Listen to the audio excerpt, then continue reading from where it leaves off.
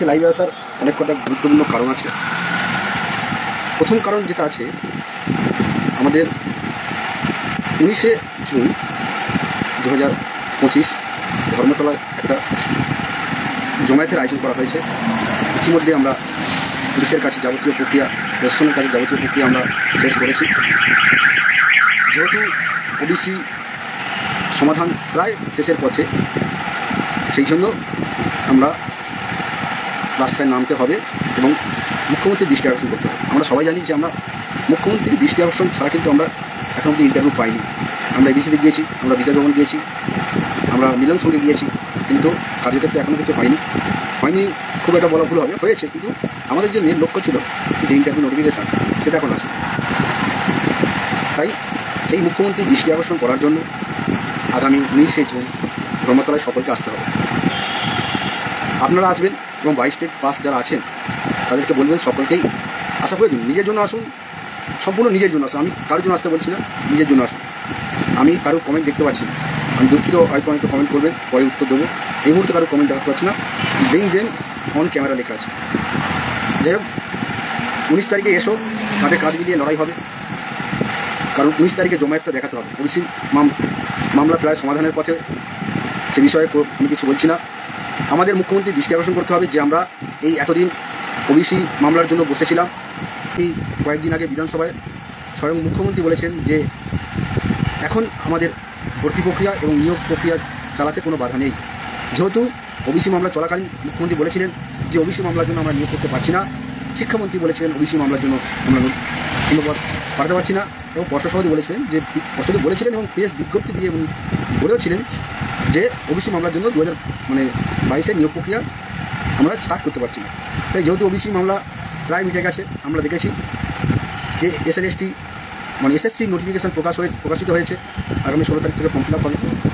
আমরাও চাই যে একদম এসএসসির মতো আমাদের 22-এর ইন্টারভিউ নোটিফিকেশান প্রকাশ হোক, এবং সেখানে যাতে কোনো ওবিসি যাতে না বাদ যায়, যে যেমন ক্যাটাগরিতে ছিল সে তেমন ক্যাটাগরিতে চান্স পায়। আমরা ঐক্যমঞ্চ শুরু থেকেই চেয়েছিলাম এবং শুরু থেকেই ওবিসি ভাই বোনেদের সঙ্গে আছি। কোনোদিন আমরা তাদের ক্ষতি চাইনি। অনেকে ভুল বোঝাচ্ছে, কিছু করার নেই, মানুষকে তো বারবার বলা যায় না যে এটা ভুল, এটা, এবং মানুষকে আমরা সবাই শিক্ষিত, আমাদেরকে বুঝে নিতে হবে কোনটা ঠিক আর কোনটা ভুল। কারণ ওবিসি মেটারটা আমরা সবাই জানি, যেখানে রাজ্য সরকার, সুপ্রিম কোর্ট এবং হাইকোর্ট, সুপ্রিম কোর্টের পর্যবেক্ষণে রাজ্য সরকার এটা নিয়ন্ত্রণ করছে এবং রাজ্য সরকার দ্বারা এটা হয়েছে। সেখানে আমি মনে করি না কোনো সংগঠন, কোনো নেতৃত্ববর্গের বা কোনো লিডারের হাত থাকতে পারে। কারণ আমরা কে, আমাদের কথায় তো আর ওবিসি মামলা নির্ধারিত হবে না, ওবিসি ক্যাটাগরি নির্ধারিত হবে না। যদি আমরা তেমন জায়গায় থাকতাম, তাহলে আমাদের কথায় কতবার বলেছি ইন্টারভিউ নোটিফিকেশান দিন, তাহলে চলে আসতো। আমরা রাজপথে থেকেছি, আমরা আইনে লড়াই লড়েছি, আমরা মিছিল আন্দোলন করে আমরা কিন্তু নতুন টেট পরীক্ষাটা আটকাতে পেরেছি। আর পেরেছি কি, যে টেট পরীক্ষাটা হয়ে গেল তার রেজাল্ট আমরা আটকাতে পেরেছি। এই দুটো কাজ আমাদের আন্দোলনের ফলে হয়েছে।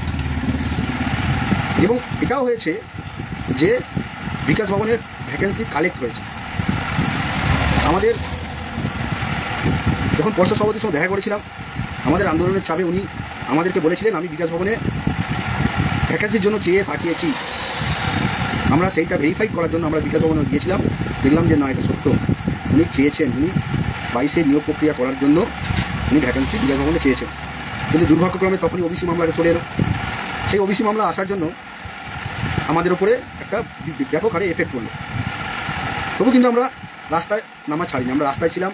আমরা কিছুদিন আগে কলেজ স্কোয়ারে ধর্ণা করেছি, 23 জেলার ডিপিএসসি অভিযান করেছি।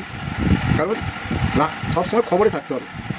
যদি না আমরা খবরে থাকি, 22 স্টেট যদি না খবরে থাকে, তাহলে কিন্তু কেউ চিনবে না, কেউ তোমার মনেও করবে না। এই ওবিসি মামলায় যখন একটা সমাধান হচ্ছে, তখন আনন্দবাজার পেপারে আমাদের 22-এর নিয়োগ প্রক্রিয়া নিয়ে একটা লিখেছিল যে ওবিসি মামলা মিটিয়ে যাচ্ছে, এখন বর্তমানে কী কী প্রসেস সরকার চালাতে পারে। সেখানে কিন্তু 22 প্রাথমিক টেটের ইন্টারভিউ উজ্জ্বল করছিল লেখা আমাদের আন্দোলনের একটা পথ। এছাড়া আমি বলবো, যারা ওবিসি ভাই বোনেরা আছো, শুধু ওবিসি মাইনরিটি পার্সেন্ট এটা নয়, এটা বুঝতে হবে। ওবিসি মানে যেমন আমাদের মুসলিম ভাই বোনেরা দিদিরা আছেন, যেমন আমাদের হিন্দু ভাই বোনেরা দিদিরাও আছেন। যেটা দেখলাম অনেকে ছিল, অনেকে বি হয়েছে, সেটা সরকার করেছে, আর সেখানে ঐক্যমঞ্চের কোনো হাত নেই। ওবিসি সম্পূর্ণ হাইকোর্ট, সুপ্রিম কোর্ট এবং রাজ্য সরকার করেছে। এটা আমরা হবু শিক্ষক, আমাদের মধ্যে আমরা কেউ গ্র্যাজুয়েশন করেছি, কেউ MA করেছি, তা এত কষ্ট করে টেট পাস করেছি, এটা বোঝার ক্ষমতা নিশ্চয়ই আছে যে এখানে ঐক্যমঞ্চ এটা তুচ্ছ, তার এখানে কোনো কিছু হাত থাকতে হবে। আরে আমরা ওবিসিকে বাদ দিয়ে কোথাও কোনো ডেপুটেশন দিই, যে ওবিসিকে বাদ দিয়ে নিয়োগ করুন, এইভাবে কোনো ডেপুটেশন দিইনি আমরা। এটা আমাদের যখন যেমন SSC যেমন নোটিফিকেশান দিয়েছে, আমাদেরও এইভাবে একটা নোটিফিকেশান দেওয়ার কথা আমরা পর্ষদে আর্জি জানিয়েছিলাম যে সাবজেক্ট টু আউটকাম হিসাবে এখন আমাদের ইন্টারভিউ ফর্মটা ফিল আপ করে রাখুন। সবাইকে ওবিসি, SC, ST, PH সবাইকে আপনি ফর্মটা ফিল আপ করে রাখুন। যখন ওবিসি সমস্যার সমাধান হবে তখন আপনি নিয়োগ প্রক্রিয়া চালাবেন। কিন্তু অনেকে সেটার ভুল ব্যাখ্যা করছে, এখানে আমাদের কিছু বলার নেই, আপনারা বিচার করবেন। অনেকের মনোমালিন্য হচ্ছে, কিন্তু 22 স্টেট কোনো একক ব্যক্তি কেন্দ্রিক নয়, ঐক্যমঞ্চ কোনো একক ব্যক্তি কেন্দ্রিক নয়। ঐক্যমঞ্চ মানে 52,000 যে DLED টেট পাস করে আছে, সবার আবেগ, ভালোবাসা সব কিছু এখানে জড়িত আছে। তারা ঐক্যমঞ্চের দিকে তাকিয়ে তারা স্বপ্ন দেখতে শুরু করেছে এবং তারা বিশ্বাস করে, মনোপ্রাণে বিশ্বাস করে যে ঐক্যমঞ্চই তাদের আন্দোলনের মাধ্যমে আমাদের নিয়োগ নোটিফিকেশান আনবে। প্রথম ঐক্যমঞ্চই, আজ গ্রুপের নাম ধরেই বলছি, প্রথম ঐক্যমঞ্চই পর্ষদকে এটা স্বীকার করতে বাধ্য করেছিল যে পর্ষদের হাতে 50,000 শূন্যপদ আছে। এবং তখন থেকে আমাদের 22-এর একটাই দাবি, 22 স্টেট উত্তীর্ণদের একটাই দাবি, অবিলম্বে 50,000 শূন্যপদ দিয়ে ইন্টারভিউ নোটিফিকেশান প্রকাশ। তাই 19 তারিখে 19শে জুন যে ধর্মতলায় যে মিছিল হবে, আমরা আইনি প্রক্রিয়া প্রশাসনিক প্রক্রিয়া অলরেডি সম্পূর্ণ করেছি। তাই বলবো, কে কি বললো, কে কি ভাবলো, কে যাচ্ছে, রাম যাচ্ছে আমি যাব না, শ্যাম যাচ্ছে আমি যাবো, ওইসব কথা ভাবার দরকার নেই। আপনি শিক্ষিত হয়েছেন, আপনার বাস্তবিক জ্ঞান আছে, বিচার করুন যে আমার যাওয়া প্রয়োজন কি না। আপনি নিজের জন্য আসুন, কারোর জন্য আসতে হবে না।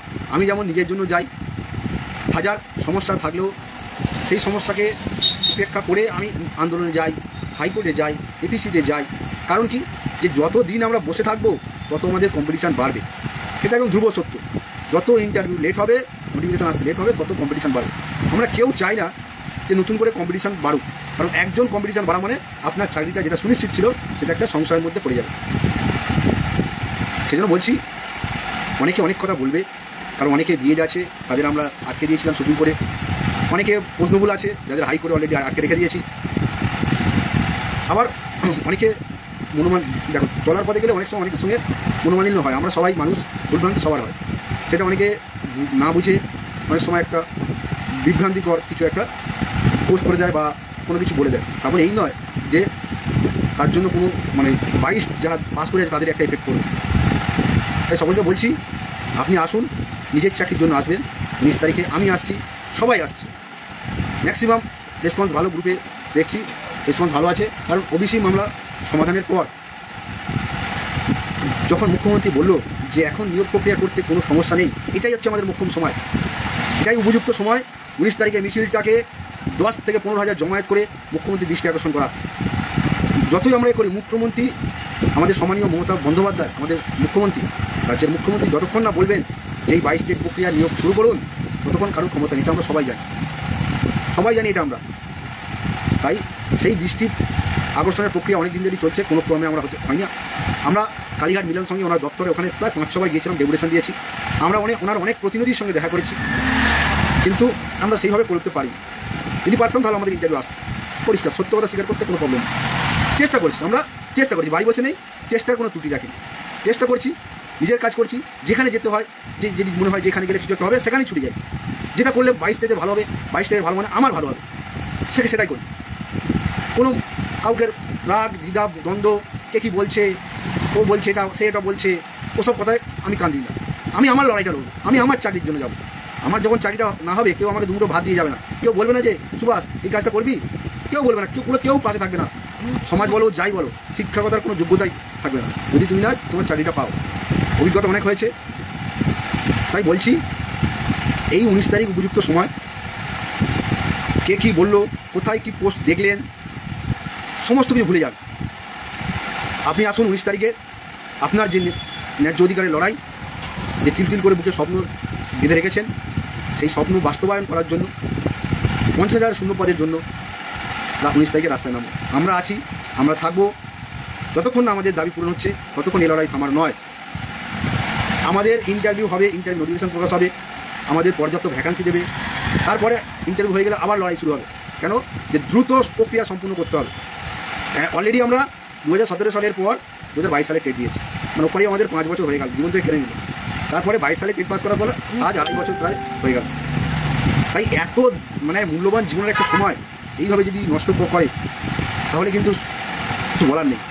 এখানে আমি তো এই লাইভ থেকে আমাদের সম্মানীয় মুখ্যমন্ত্রীকে অনুরোধ করব যে আমাদের দিকটা একটু ভেবে দেখুন। আমরাও কারোর সন্তান, আমরাও আমাদের পরিবারের গুরু দায়িত্ব আমাদের উপর আছে, আমাদেরও জীবনের মূল্য আছে। এইভাবে তিল করে আস্তে আস্তে মূল্যবান জীবনের বয়সগুলো চলে যাচ্ছে, সেটা আর মেনে নিতে আমরা পারছি না। এবার আমাদের একটা ব্যবস্থা করুন। আমাদের লক্ষ্য একটাই, আমরা সবাই 22 তারিখ সবার চাকরি সুনিশ্চিত করতে হবে, এটাই লক্ষ্য। 50,000 শূন্যপদ দিয়ে অবিলম্বে ইন্টারভিউ নোটিফিকেশন প্রকাশ। আমার দিদিরা আছে, বোনেরা আছে, দাদারা আছে, আমার ভাইরা আছে, সবার লক্ষ্য আমাদের একটাই, যে অবিলম্বে 50,000 শূন্যপদে ইন্টারভিউ নোটিফিকেশন প্রকাশ এবং দ্রুত যাতে আমরা বিধানসভা ভোটের আগে আমাদের যে স্বপ্ন, এই স্বপ্নটা পূরণ করতে পারি।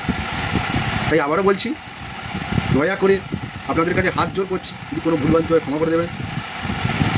19 তারিখে আসুন, কারণ 19 তারিখটা একটা খুবই গুরুত্বপূর্ণ। কারণ আগের দিন আপনারা দেখেছেন বিধানসভায় আমাদের মাননীয় মুখ্যমন্ত্রী নিজে মুখে বলেছে যে এখন নিয়োগ প্রক্রিয়া চালাতে, স্কুলে ভর্তি করতে কোনো সমস্যা নেই। যেহেতু এতদিন আমাদের এই ওবিসি মামলার জন্য আটকে ছিল, এখন ওবিসি মামলা প্রায় সমাধানের পথে। তাই এই 19শে জুন খুবই গুরুত্বপূর্ণ। দয়া করে আপনারা আসুন, দেখা হবে লড়াইয়ের ময়দানে। আমরা সবাই আমরা বন্ধু, আমরা ভাই, আমরা দাদা, আমাদের মধ্যে একটা ভ্রাতৃত্বের বন্ধন আছে।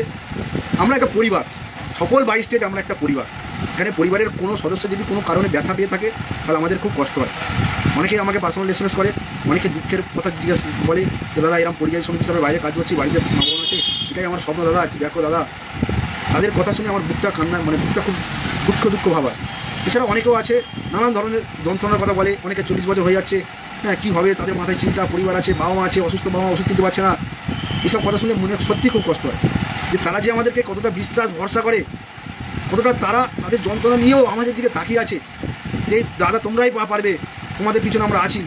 তাদের আশা ভরসার জায়গা হচ্ছে আমরা। এই কথাটা যখন আমরা যখন বুঝি, তখন নিজেকে আর ধরে রাখতে পারি না, যে কিছু একটা করতে হবে, কিছু একটা লড়তে হবে, রাস্তায় নাম হোক, আইনি পদক্ষেপ হোক, কিছু একটা করতে হবে। ইন্টারভিউ নোটিফিকেশন যাতে আসে, তার জন্য আমরাও চেষ্টা করছি। আগের দিনে দেখেছিলেন যে আমি এবিসি ভবনে গিয়েছিলাম।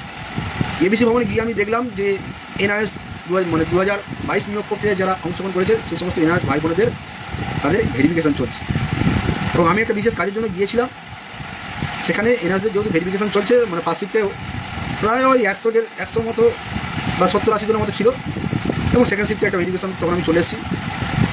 তাই মানে চলতি নিয়োগ প্রক্রিয়া প্রায় শেষ আপনারা বলতে পারেন। 22 উত্তীর্ণদের নিয়োগ করতে কোনো বাধা নেই। আবারও বলছি, কোনো বাধা নেই। এটাই হচ্ছে উপযুক্ত সময়। এই উপযুক্ত সময়ে লোহা, একদম পাতি বাংলা কথায় লোহা গরম আছে, এই সময় হাতুড়িটা মারতে হবে। আর এই সময় যদি হাতুড়ি না মারতে পারি, বিধানসভা ভোট চলে এলে আবার মরার ওপর খড়ার ঘা ঝুলছে তোমার 32,000 মামলা। এই 32,000 মামলা যদি চলে আসে, তাহলে কিন্তু আমরা সব শেষ হয়ে যাব। আমরা সবাই সমান। ঐক্যমঞ্চ কোনো ব্যক্তিকেন্দ্রিক নয়, পরিষ্কার করে বলছি, ঐক্যমঞ্চ কোনো ব্যক্তিকেন্দ্রিক নয়। হ্যাঁ, সংগঠন চালাতে গেলে কজনকে সামনে থাকতে হয়, আমরা জাস্ট সেই আছি, কয়েকজন আমরা সামনে আছি, এছাড়া কিচ্ছু নয়। কারণ আমরা যখন চাকরি পেয়ে যাব, তখন আমাদের অবকাশ থাকবে না যে এই গ্রুপে থাকবো বা আমাদের যারা আছে তাদেরকে জিজ্ঞাসা করবো, কেউ থাকবে কি? তাই বলছি, হয়তো আমি বিদেশদাকে 1 মাস পরে ফোন করলাম, তো বিদেশদা কেমন আছো, তার কারণ সবাই নিজের লাইফে নিয়ে ব্যস্ত থাকবে।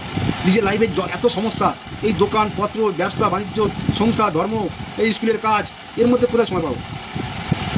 যদি ঈশ্বর করে চাকরিটা পাই, তাই বলছি। অনেকদিন পরে হয়তো সবার সঙ্গে কথা, প্রথম হয়তো যোগাযোগ থাকবে, তারপর আস্তে আস্তে সব ভুলে যাবে। যেমন আমার স্কুল লাইফের বন্ধুরা, আর্ধেকের সময় যোগাযোগ নেই। কলেজের বন্ধুদের সঙ্গে আর্ধেকের সময়, মানে ম্যাক্সিমাম সময় যোগাযোগ নেই। একসময় তাদের সঙ্গে যোগাযোগ ছিল, কিন্তু এখন নেই। কেন নেই? তাই আবার বলছি, এত কিছু বলার একটাই উদ্দেশ্য, চলার পথে ভুলভ্রান্তি হবে, কিন্তু লক্ষ্য থেকে ভ্রষ্ট হলে হবে না। এই লক্ষ্য কিন্তু সবার, লক্ষ্য আমার একার নয়। এই লক্ষ্য 2022 স্টেজ উত্তীর্ণ যারা হয়ে আছে সবার লক্ষ্য এই বৃহৎ স্বার্থে আমাদের দেখতে হবে, ব্যক্তিগত স্বার্থ থেকে বেরিয়ে এসে আমাদের বৃহৎ স্বার্থ দেখতে হবে। এই লক্ষ্য আমাদের সামনে 19শে জুন ব্যাপক হারে জমায়েত করা, এবং সেই জমায়েত এতটাই হবে যা মিছিলের মানে জমায়েতের কলরব, জমায়েতের দাবি যাতে মুখ্যমন্ত্রী শুনতে পায় এবং আমাদের কথা চিন্তা করে, এটাই আমাদের লক্ষ্য। আমরা সকল ভাই বোনদের পাশে আছি, ওবিসি ভাই বোনদের পাশে আছি, আমরা এসসি ভাই বোনদের পাশে আছি, আমরা এসটি ভাই বোনদের পাশে আছি, আমরা পিএইচ ভাই বোনদের যারা বিশেষভাবে সক্ষম তাদের পাশে আছি। সবাইকে নিয়ে সংগঠন, এখানে ব্যক্তিগত কারোর অস্তিত্ব নেই, আমার অস্তিত্ব নেই। আমি একজন সাধারণ 22